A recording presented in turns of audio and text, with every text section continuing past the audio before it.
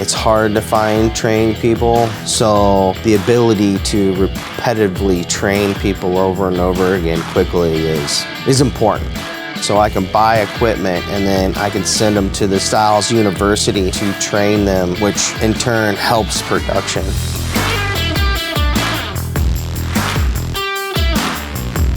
We are an architectural millwork company. I've always been here as a kid working. My grandpa started cash and carry lumber back in 1946. My dad decided he wanted to try doing what we would consider architectural millwork.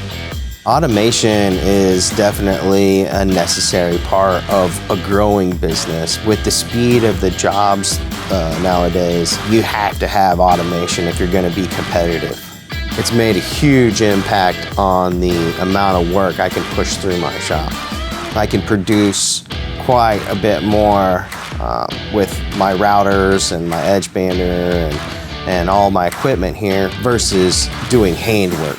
Accuracy, speed, dependability, it's less wear and tear on my guys. Cutting a panel on our table saw and then running it through the edge bander is still not nearly as accurate as cutting it on the router. I always knew that Stiles had a name in the industry of service and quality. That's why I bought the machines that I bought.